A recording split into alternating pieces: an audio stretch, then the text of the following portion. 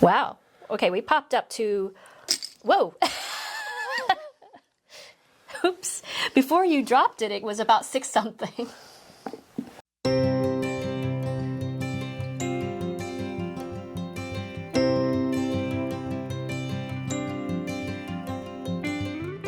Okay, welcome to this week's episode of Luv Subbin Labs. Yes, and this is where the future of RVing science is going to be explained today. Right, today we're going to be talking about how a battery works. And why should I be the one to talk about this? Because you are an experienced battery engineer. Yes, I spent 25 years now. All things considered, I was in the consumer products division, so I wasn't doing the RV batteries. I was doing watch, calculator, hearing aid, and the zinc carbon batteries. But the theory behind it is similar, correct? Pretty much the same. So today we're going to do two things. First of all, we're going to start off here in the lab, and we're just going to give a quick overview of batteries, how they work, what they are, etc. And then we're going to head off into the field. Okay.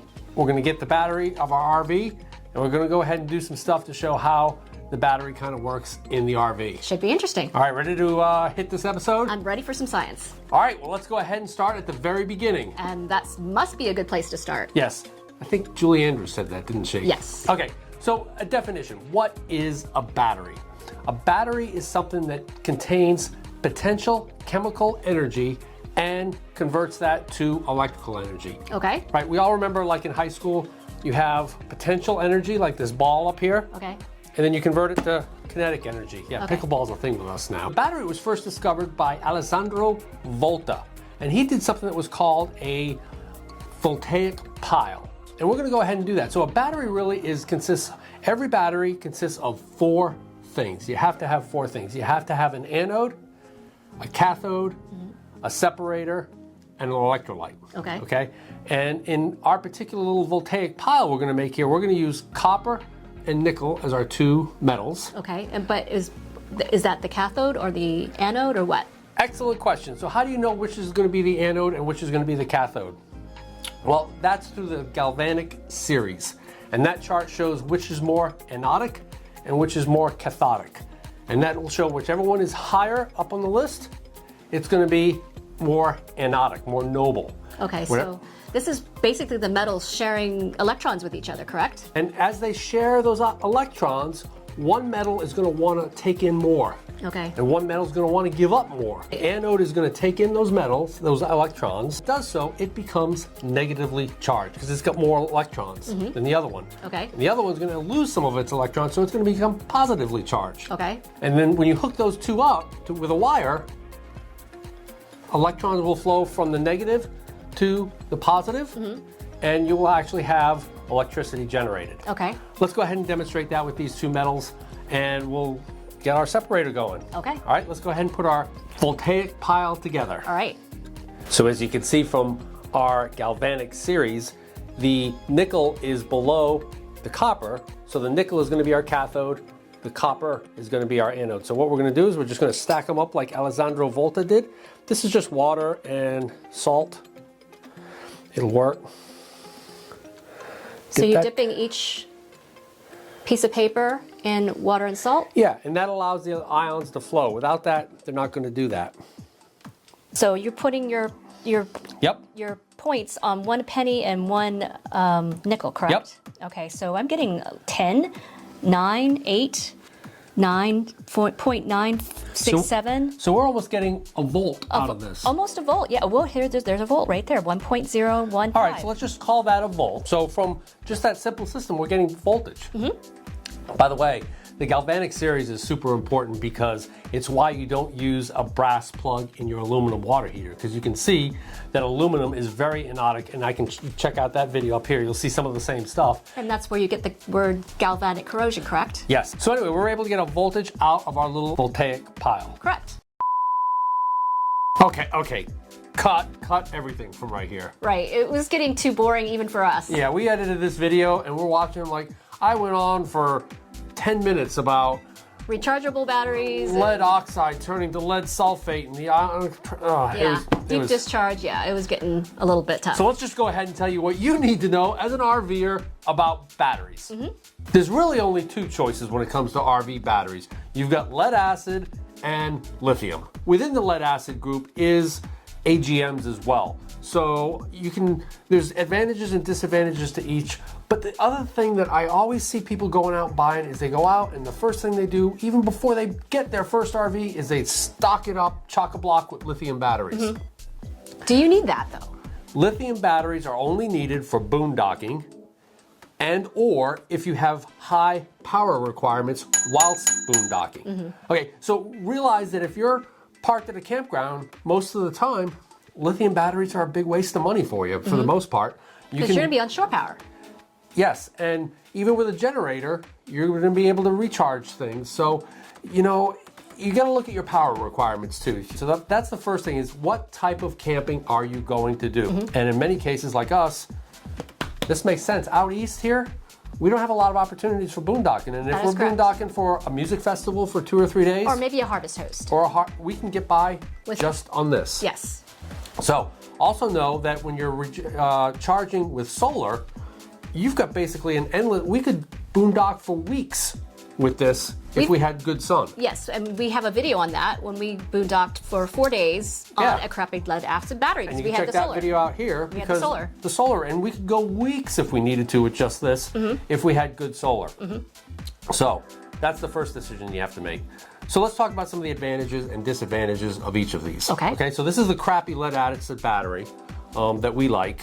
And its big disadvantage is that A, it's heavy. B, you can only discharge it to 50% of its rated capacity. So this is a 100 ampere hour battery, and I can get basically 50 amps of usable power out of it. Okay.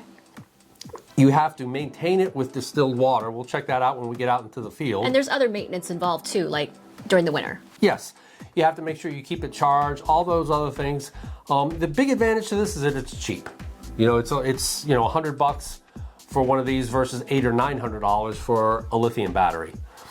AGM batteries are the same chemistry. They're lead acid, so you're not going to get a lot of different things out of there. They have, the electrolyte is in an absorbed glass mat, so it's in a kind of caught up in a glass mat. The big deal with an AGM battery is that you don't have to do any maintenance on it. You don't have to add water, you don't have to check the water. You're still only getting about 50% of its rated capacity that you can pull because, again, it's the same chemistry. Okay. A little bit more expensive. They recharge a little bit faster than flooded lead acid batteries, but overall, the main point there is you're just going to get a maintenance-free battery. Okay. Okay, and then the lithium batteries, of course, its main disadvantage is the cost.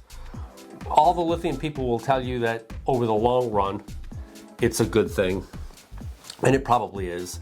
You have more longevity with lithium as well. Because a lithium battery, they have this, the number of charges that it can take, and lithium batteries can go between 1,000 and 3,000.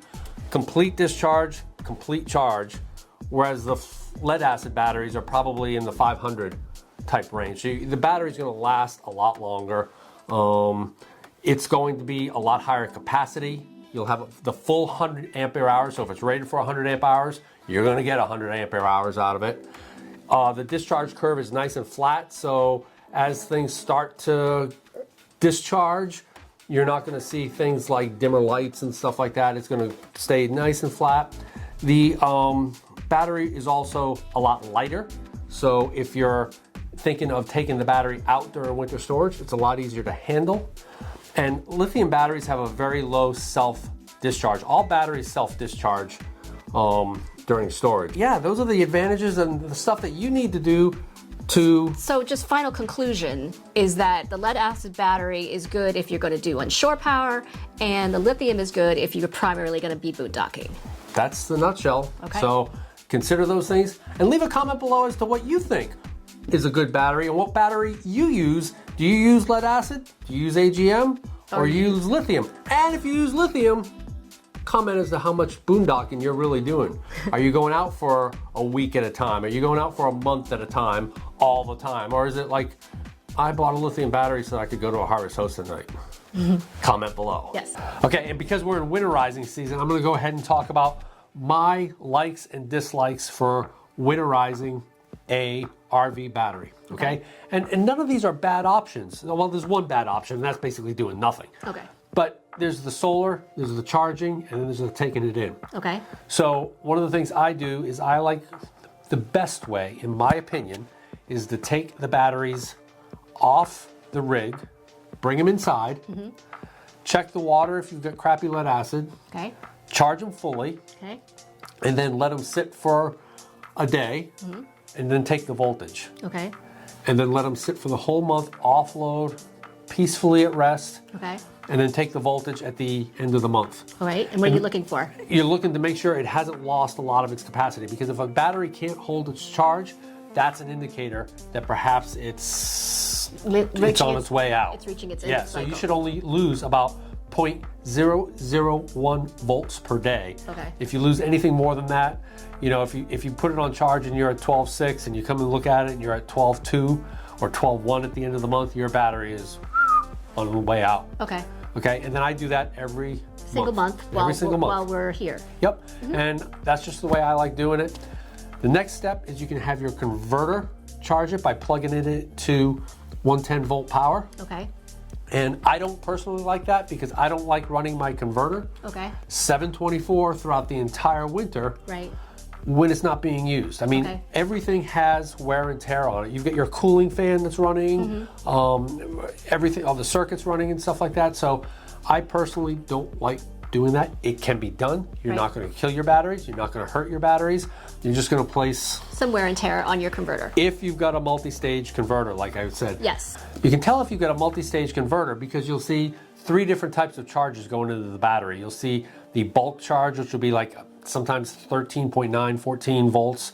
You'll have an absorption charge, which will be a little bit less, and then you'll have your maintenance charge, which will be about 12.9. Okay. And that's how you can tell. If you've got an older converter that just dumps in 13, you'll fry your batteries.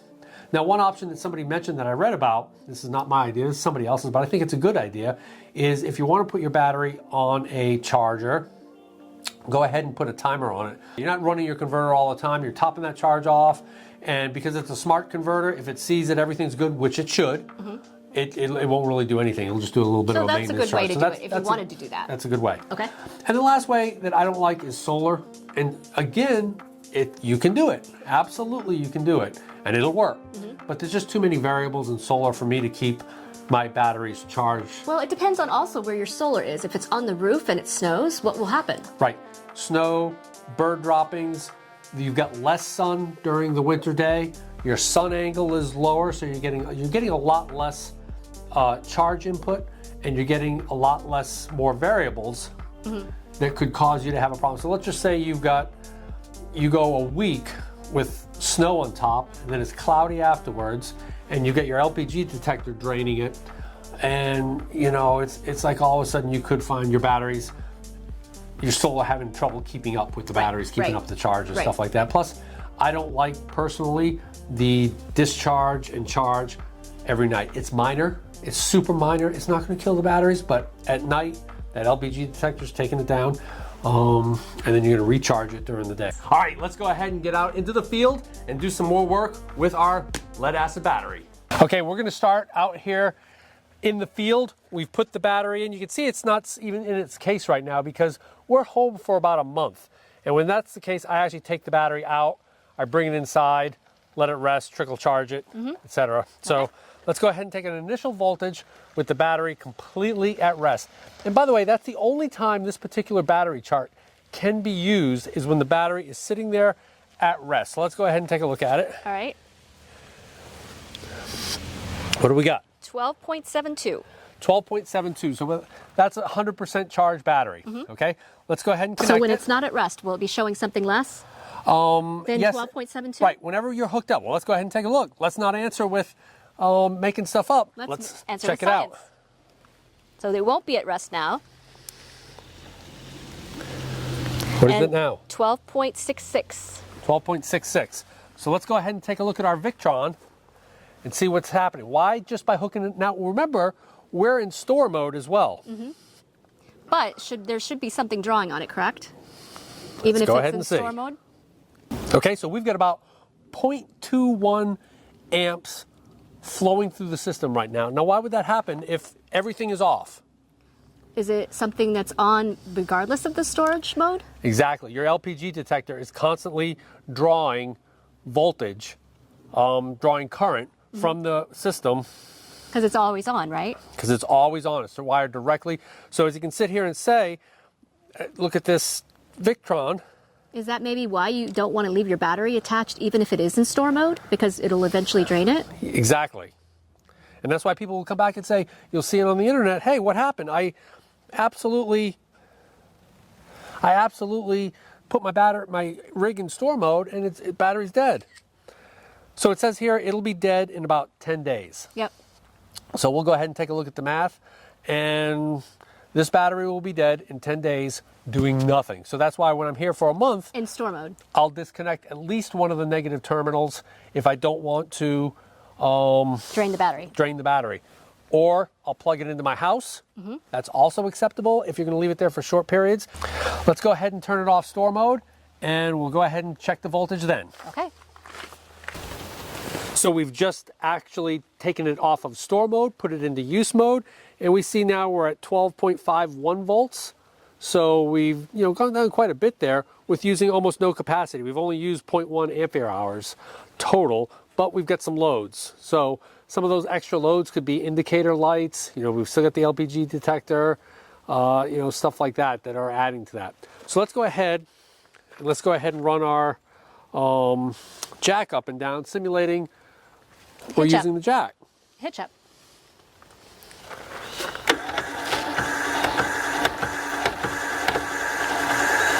It's using 4 amps.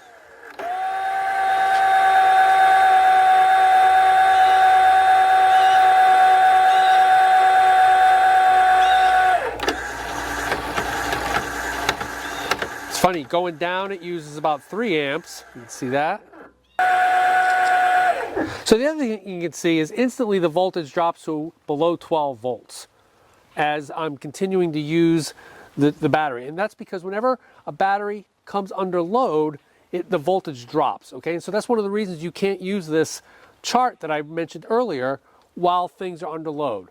So for example, if I check the voltage immediately after hitching and unhitching, I would be less than 12 volts. All right, but it will come back up once you're not under load, correct? Exactly. Right now it's 12.32, but if you saw that last one, it was less than 12 volts. So what do you think would happen if you went back and you ran onto the computer, you got onto the internet forums, and you said,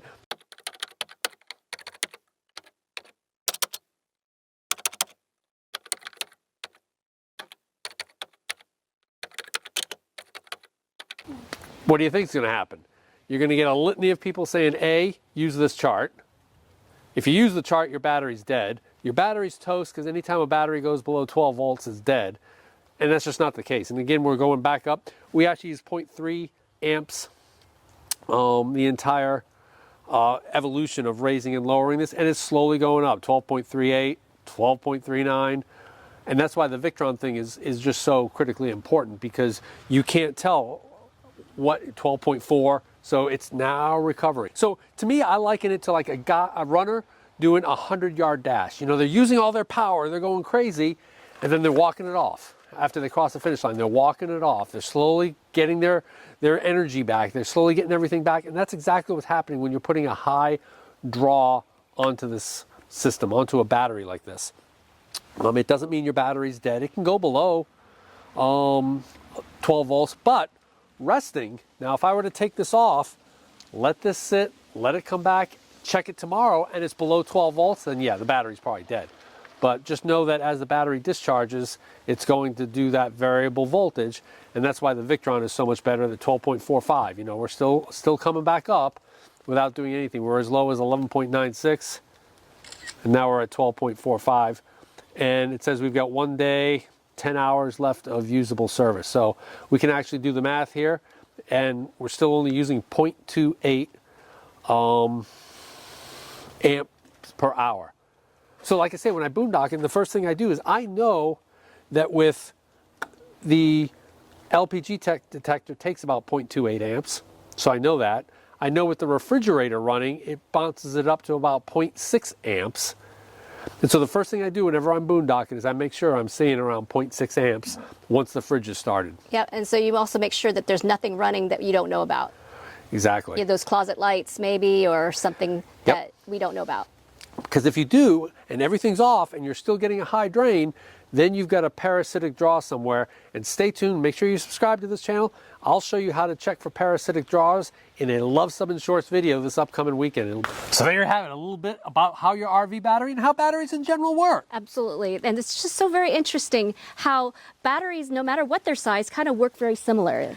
It's just a matter of whether you can charge them or not, but it's all just 1, 2 metals, flowing electron.